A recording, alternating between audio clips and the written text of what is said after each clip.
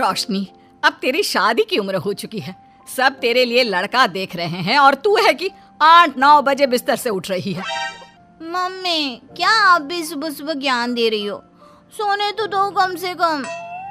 क्या करें, अब तेरी हरकतें ही ऐसी हैं।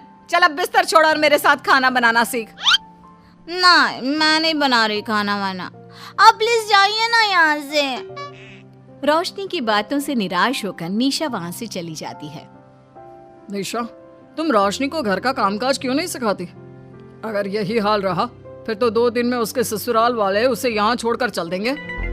मैं तो बहुत कोशिश करती हूँ उसे घर की जिम्मेदारियाँ सिखाने की, लेकिन वो मेरी सुने तब ना। आप तो जानते ही हैं ना कि वो कितनी जिद्दी है। हमें निशा के लिए एक ऐसा लड़का ढूंढना होगा जिसका भरा पूरा परिवार हो। सास ससुर से लेकर जेठ जिठानी देवर ननद सब हो।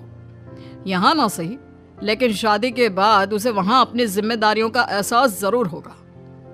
कुछ दिनों के बाद रोशनी का परिवार उसके लिए लड़का देखना शुरू कर देता है और एक दिन चिराग नाम का लड़का रोशनी को देखने अपने परिवार के साथ उसके घर पहुंच जाता है। देखिए भाई साहब, मैं पहले ही आपको बता देती हूँ, हमारा परिवार बहुत बड़ा है, इसलिए अगर आपकी लड़की हमारे घर की जिम्मेदारियाँ बिना ना नुकुर के उठा सकती है तभी हम ये रिश्ता पक्का करेंगे। अरे ये भी कोई बोलने वाली बात है बहन जी। हमारी रोशनी आपके पूरे परिवार को बैठे बैठे खिला सकती है। इतनी जिम्मेदार है मेरी बेटी। अगर ऐसी बात है फिर तो हमें इस रिश्ते से कोई आपत्ति नहीं है। तो फिर चट मंगनी पट ब्याह के बारे में क्या ख्याल है? हाँ हाँ बिल्कुल, शादी में देर किस बात की। 3 हफ्ते बाद ही शादी का शुभ योग है। अगर आपको कोई दिक्कत ना हो तो हम इनकी शादी भी 3 हफ्ते बाद ही करा देते हैं। अरे हमें इसमें कोई परेशानी नहीं है। इस तरह दोनों परिवारों में शादी की तैयारियां शुरू हो जाती है और कुछ ही दिनों बाद रोशनी की शादी चिराग से करा दी जाती है। शादी के बाद, बहू इनसे मिलो, ये है तुम्हारी दादी सास, ये बड़ी सास और बड़े ससुर, ये तुम्हारे जेठ, ये जेठानी, ये दोनों तुम्हारे देवर और ये इस परिवार की सबसे छोटी बेटी सिमरन, यानी कि तुम्हारी ननद है। परिवार में इतने सारे लोगों को देखकर रोशनी का सर चकरा जाता है।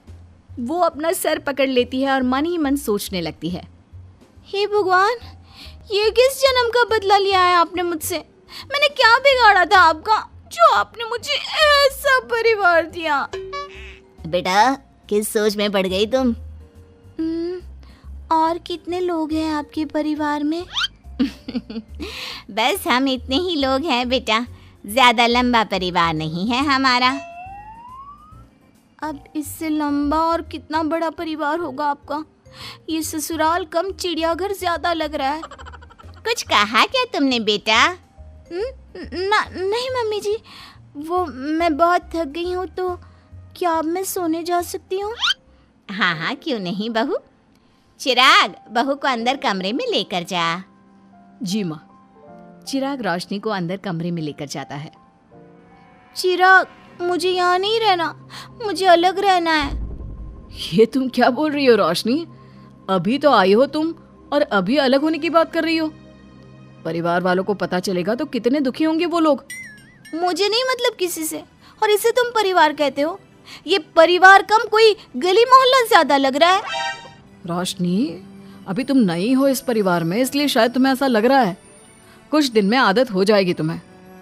चिराग की बात सुनकर रोशनी अपना सर पकड़ लेती है।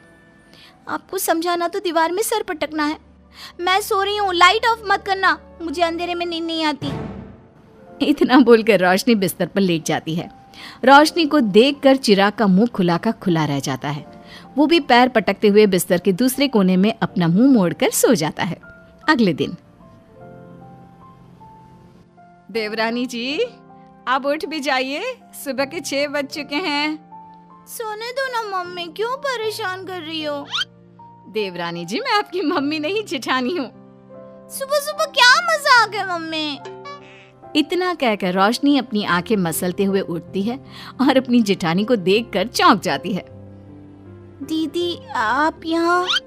पिछले 1 घंटे से तुम्हें उठा रही हूँ, लेकिन तुम हो कि अब उठ रही हो? लेकिन अभी तो सिर्फ 6 बज रहे हैं, आपने मुझे उठाया क्यों? वो इसलिए क्योंकि आज तुम्हारे इस घर में पहली रसोई है, तो खाना आज तुम्हें ही बनाना होगा ना। क्या मुझे पूरे मोहल्ले के लिए खाना बनाना पड़ेगा? नहीं रोशनी, तुम्हें पूरे मोहल्ले के लिए नहीं, सिर्फ परिवार के लोगों के लिए ही खाना बनाना है। आपका परिवार किसी मोहल्ले से कम है क्या?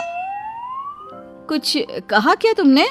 हाँ नहीं दीदी, आप चलिए, मैं अभी फ्रेश होकर आती हूँ। आरती वहां से चली जाती है, जिसकी थोड़ी देर बाद रोशनी भी रसोई में जाकर मजबूरी में सबके लिए खाना बनाने लगती है। पूरे 2 घंटे मेहनत करने के बाद उसका खाना बनकर तैयार होता है। वाह बहू, खाना तो बड़ा स्वाद बना है। सच में बहू, तुमने भले ही बहुत देर लगाई खाना बनाने में, लेकिन खाना बहुत स्वादिष्ट बना है। आपके हाथों में तो जादू है देवरानी जी। मैं तो कहती हूँ अब से रोज आप ही खाना बनाया कीजिए, क्यों मम्मी जी? हाँ हाँ बेटा, बिल्कुल ठीक कहा तुमने। रोशनी, आज से रोज तुम ही खाना बनाना। ये सुनकर रोशनी चौंक जाती है। खाना खाने के बाद सभी लोग रोशनी को शगुन का नेक देते हैं और फिर अपने अपने रूम में चले जाते हैं। क्या यार रोशनी, इतना टेस्टी खाना बनाना जरूरी था क्या? अब फंस गई ना तू। ये सब माँ पापा की वजह से हो रहा है, उनके कारण मुझे ये सब झेलना पड़ रहा है। रोशनी गुस्से में अपने रूम में जाती है और अपनी माँ को फोन मिलाती है। मम्मी, मैं आपको कभी माफ नहीं करूंगी। आपने जानबूझकर मुझे इतने बड़े परिवार में भेजा है, जहाँ मुझे सांस लेने की भी फुर्सत नहीं है। हमने ये सब इसलिए किया ताकि तू अपनी जिम्मेदारियां निभाना सीखे। अब मायके की तरह ससुराल में भी अपनी जिम्मेदारियों से मुंह मत मोड़ लेना। मुझे नहीं रहना माँ यहाँ। इस घर में जितने लोग हैं उतने तो हमारे गली मोहल्ले में भी नहीं थे। माँ, मैं आपसे आपकी सारी बातें मानूंगी, पर प्लीज मुझे यहाँ से ले जाइए। बिल्कुल नहीं, अब से वही तेरा सब कुछ है। वहां से भागने के बजाय अपनी जिम्मेदारियां पूरी करना सीख, इससे हमें भी थोड़ी खुशी मिल जाएगी। माँ की बातों से निराश होकर रोशनी फोन काट देती है, जिसके बाद उसकी नजर नेक में मिले पैसों पर पड़ती है और वो फटाफट से बिस्तर पर बैठकर पैसे गिनना शुरू कर देती है। अरे वाह, ये तो पूरे 25,000 रुपए हैं। किसी ने भी 5100 से कम का नेक नहीं दिया। चलो अच्छा है, कुछ तो फायदा हुआ इतने बड़े परिवार में शादी करने का। अब इन सब पैसों से मैं अकेले शॉपिंग करूंगी, बहुत मजा आएगा। शॉपिंग के बारे में सोच सोच कर ही रोशनी अपने बिस्तर पर कूदने लगती है। उसे बिस्तर पर कूदता देख सभी लोग चौंक जाते हैं। भाभी, आप ऐसे क्यों उछल रही हो? छोटी बच्ची हो क्या? अपनी ननद की बात सुनकर रोशनी का मुंह खुला का खुला रह जाता है। थोड़ी देर बाद रोशनी घर में बिना बताए शॉपिंग के लिए निकल जाती है और शगुन में मिले पूरे पैसों को शॉपिंग में उड़ा देती है। शाम में, देवरानी जी कहाँ गई थी आप? जानते हैं सब आपके लिए कितना परेशान हो गए थे, कम से कम आपको बताकर तो जाना चाहिए था ना। सॉरी दीदी, मैं आप लोगों को बताना भूल गई। वैसे इतने सारे बैग किस चीज के हैं?